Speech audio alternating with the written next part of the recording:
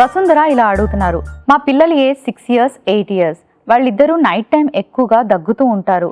వాళ్ళ ఆహారంలో ఏమైనా మార్పులు చేయాలా తెలియచేయండి. హలో వసుంధర గారు, సో ఇలా నైట్ నిద్రలో దగ్గుతూ ఉన్నారంటే వాళ్ళకి అప్పర్ రెస్పిరేటరీ ప్రాబ్లమ్స్ ఏదైనా ఉన్నాయేమో ఫస్ట్ చెక్ చేయించండి.